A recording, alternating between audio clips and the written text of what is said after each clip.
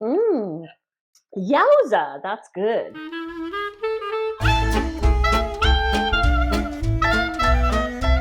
Hello and welcome to another video. My name is Heather, and as always, I'm reading with a vengeance, and I hope you are too. If you've been here before, thank you so much for coming back. If you're new to my channel, very warm welcome to you. I hope everybody is doing very well.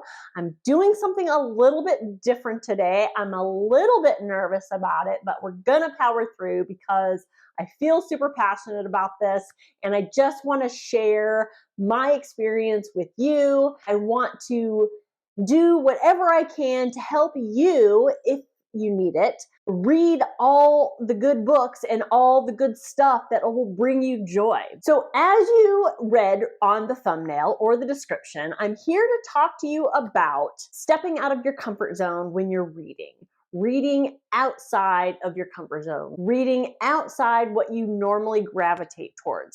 And I'm here to tell you it's worth it. So in this video, I'm going to talk to you about the top several reasons why reading outside your comfort zone will do nothing but benefit your reading experience. I'm going to give you some tips on how to start with reading books that are not books that you would normally reach for. And I'm going to give you an example of books that I have read that are outside my genre comfort zone that have ended up being 5-star books or 4.5-star books or all-time favorites. Settle in, get something to drink, maybe get a piece of paper and a pen to take notes. If you are interested in reading something that you wouldn't normally pick up and are excited about the possibility of it being your next all-time favorite book, this video is for you. The idea to do this video kind of came to me in some of the comments that you guys have made, it's been more than one of you, it's been more than one comment of telling me how exciting it is to you that I read a variety of genres. And it's something that you guys appreciate and enjoy, so much so that you were compelled to comment about it. I started to think a lot about it, and as I watch Booktube, I see in the Booktube community that there are some niche Booktubers who talk just about a specific genre. We have the Booktubers who are only talking about romance, or the Booktubers that are only talking about fantasy. And I'm not here to judge them. That's great. They've found their niche. They've found what they love, and they love it so much, and they stick with it, and they keep it focused. And I think there's a benefit to that too. If you love a certain genre, you want to talk to somebody about it, or you want to listen to somebody talk about it who has a solid knowledge about the genre, and they can pick apart plots and characters and worlds and that kind of thing. And I think that's great. So I'm not here to criticize the Booktubers who stick with one genre. Absolutely fantastic. But there's also a benefit to picking up books that are completely different than what you're used to really kind of spin something on its head inside your own mind. If you've been watching me for a while, you know that I gravitate towards literary fiction. It can be very broad. You can have elements of horror in a literary fiction novel. You can have elements of romance. And I love that about literary fiction is you can touch a bunch of different genres in a book that is categorized as literary fiction. But I also like to pick up books that are solid mystery thrillers or are solid horrors. There have been a handful of romances that that people have recommended to me that I have enjoyed. But over the years, my top 3 genres are lit fic, horror, and mystery thrillers. However, in the past, I would say 7 or 8 years, I have dabbled in genres that I hadn't up until that time picked up. Sci-fi. I have discovered sci-fi in the past 7 or 8 years, and I am really, really enjoying it. And I would have to say, out of the different genres that I have experimented with in the past 7 or 8 years, sci-fi has been my favorite. The other genres that I have dabbled in have been YA, some romance, chick lit. I will say that fantasy and classics are genres that I have dabbled in that I have had less success in. And I'll get more into that a little bit later.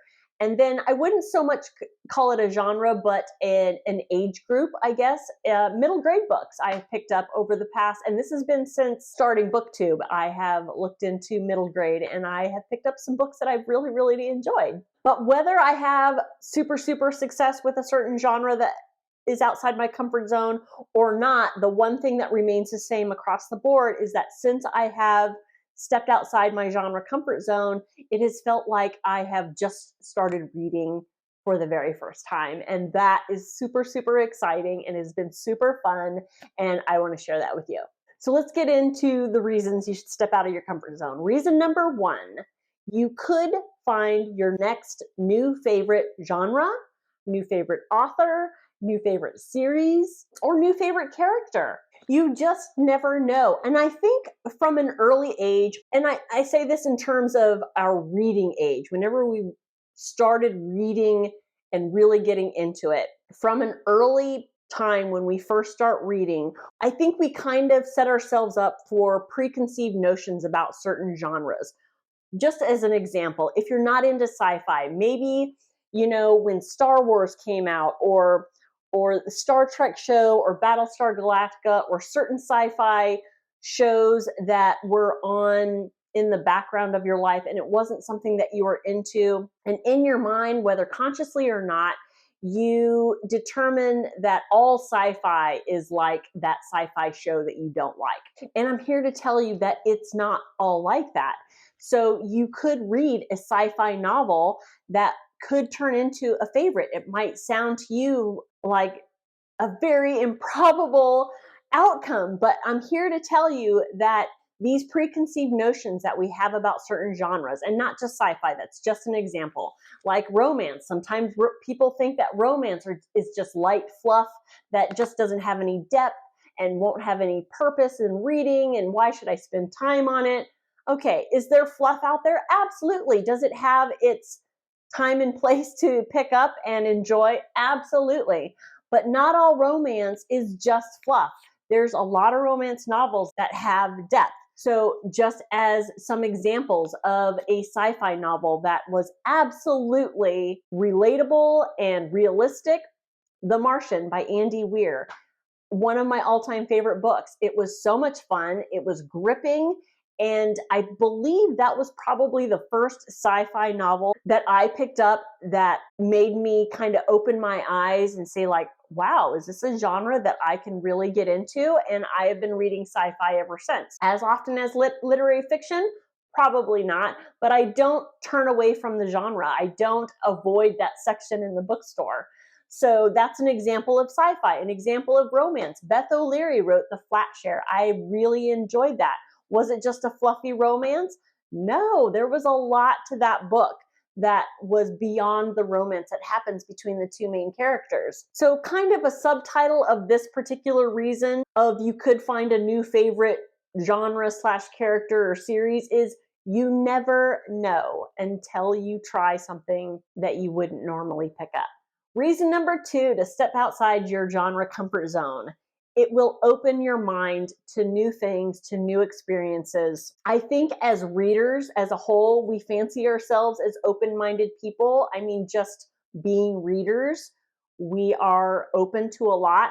But when you stick to one or two specific genres all the time, you are closing yourself off to so much. There are so many different experiences in this world, and there isn't one or even two specific genres that can cover all of those experiences. And the more genres that you open yourself up to, the more experiences you can learn about. My example for this is YA and middle grade. And I bring YA up in this particular reason because as we get older, the possibility of losing sight of what's going on in the mix of society gets greater and greater. And I'm not saying that we always need to have our finger on the pulse of what's trending, but really the things that happen to teenagers and people in their 20s and their 30s, those experiences are what kind of ripple out to the rest of society. And I think it's important to kind of stay in tune to some of those experiences to be able to relate to people of other generations. So solid YA novels really do a good job of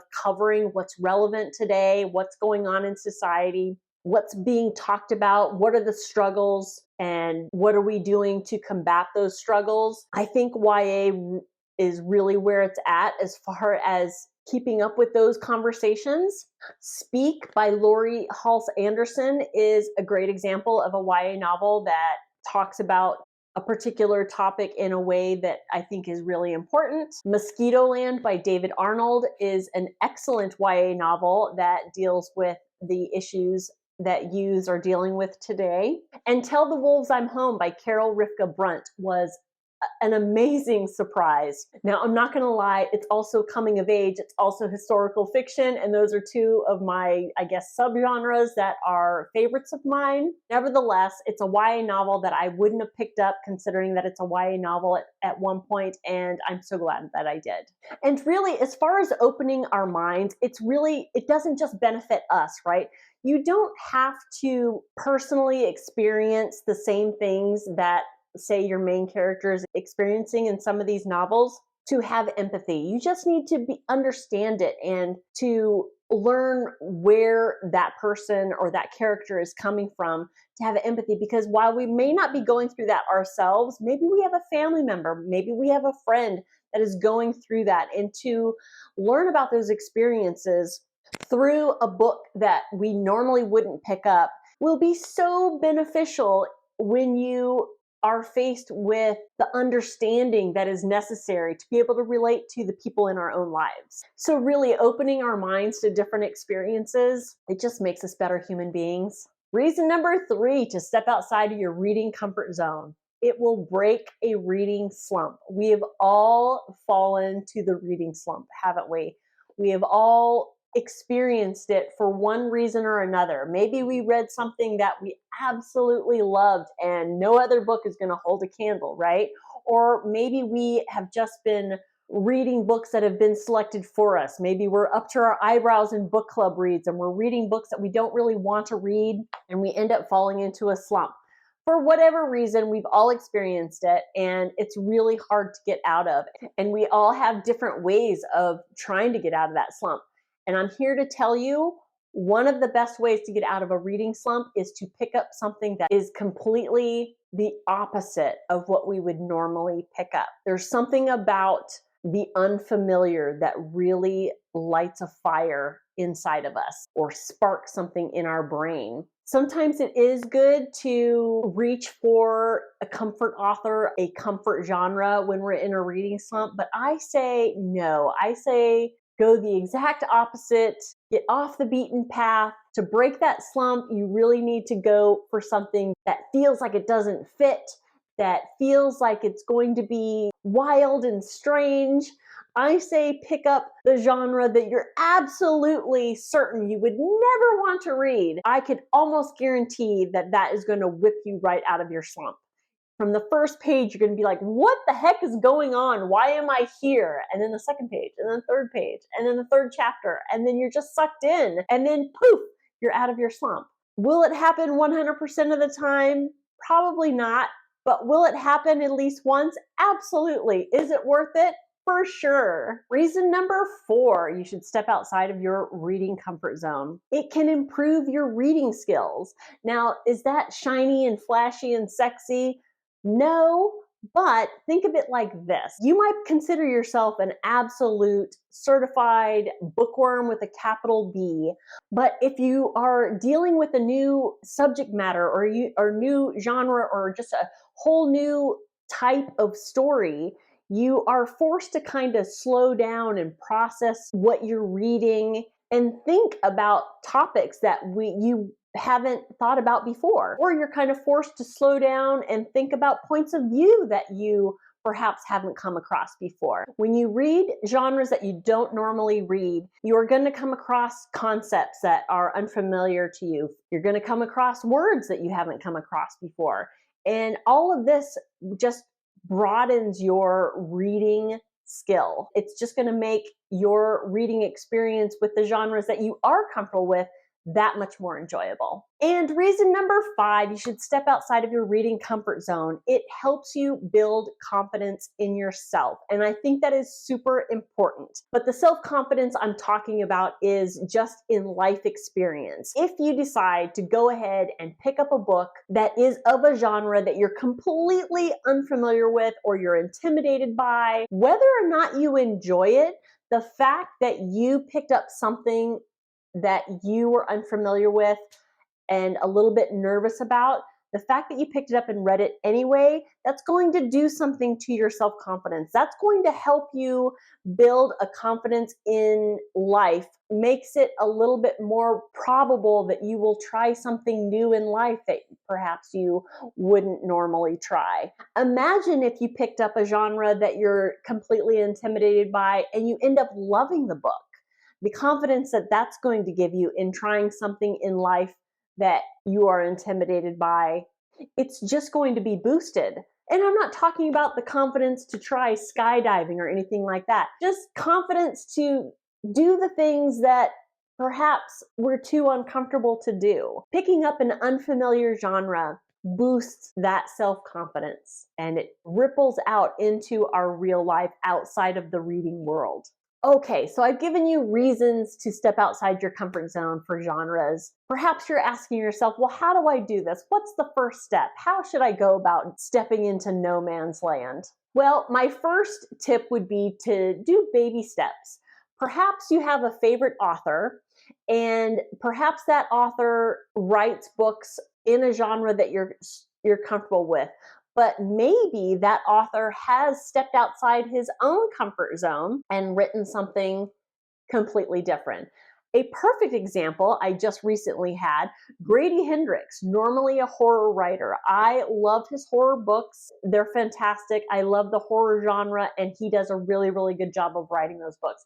He also has written a sci-fi book. It's a novella. It's a tiny little thing. It's called Bad Astronauts, but I just recently read it. I'll link the video in which I talk about it. Had a great time with it. So if you have an author that has done that, has written something outside their normal genre, I would start with that.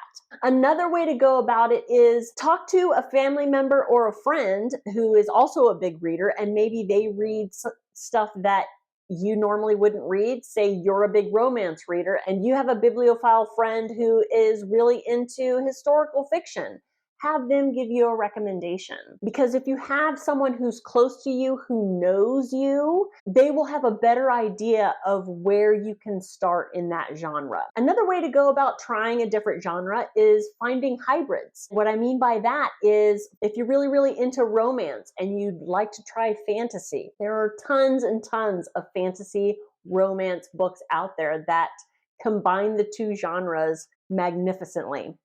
Sarah J. Maas is a really big one. The Outlander series, I think, is a really big one that combines fantasy and romance and also historical fiction. Say you would like to try horror, but you don't want to be too incredibly scared out of your wits. I would try some literary horror.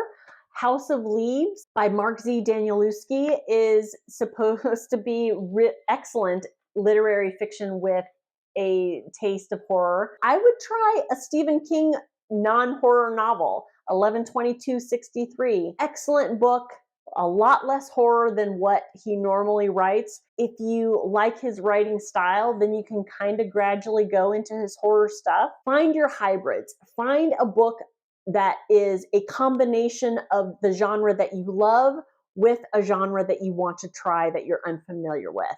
And that's a really, really good way into getting into a genre that's outside your comfort zone. And last but not least, watch Booktube. Watch a booktuber that talks about a genre that you're not comfortable with and get recommendations from them. Booktube is an outstanding resource for finding books that you wouldn't normally pick up. So throughout this video, I have given some examples of books that have been outside my genre comfort zone over the years. I'm going to give you some more examples for different genres that I have found absolute gems in. For YA novels, I have already mentioned Speak by Anderson and Mosquitoland by David Arnold. Wolf by Wolf is an excellent example. And as a matter of fact, this is one of those books, it's like a genre bending novel. While it is primarily a YA novel, it is also historical fiction, fantasy, sci-fi, adventure novel. It's fantastic.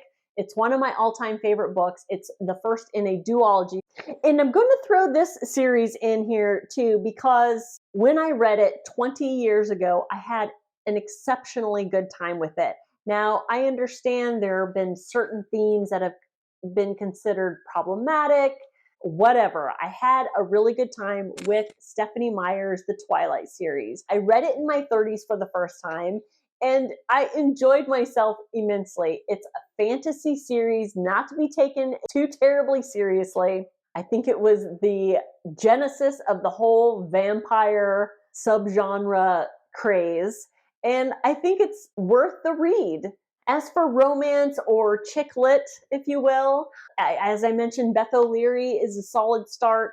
She writes some good romance. I think Emily Henry is a good romance writer. I read People We Meet on Vacation. I had a good time with it. Taylor Jenkins Reid, One True Loves, was exceptional as far as a romance goes. I really had a good time with that book. And I went so far as reading a Regency romance novel. I read The Duchess Deal by Tessa Dare, and that's like a first in a series, and I plan on reading the rest of the series at some point. I had a great time with that. It was funny. It was a little bit spicy, and it was romance. It was a good time. As I mentioned, sci-fi, I've been having a really, really good time with. I mentioned Andy Weir's The Martian. I absolutely loved that book. I have Project Hail Mary on my Kindle. I will get to it eventually. It was on my 23 in 2023, and I don't know what is keeping me from reading it. I have not heard anybody say a bad thing about it. Anything by Blake Crouch, specifically Dark Matter, fantastic. That read like a mystery thriller. I had an amazing time with that book. Highly recommend it. And of course, Becky Chambers. She has got some really, really great books out there. Now, I favor the Monk and Robot little novellas over the Wayfarer series, but that's just me. So trying a genre that you're uncomfortable with, it's not always going to be successful. But if you think about it, even the genre that we love, that we're comfortable with, do we love every single book in that genre? No. So I want to throw that out there.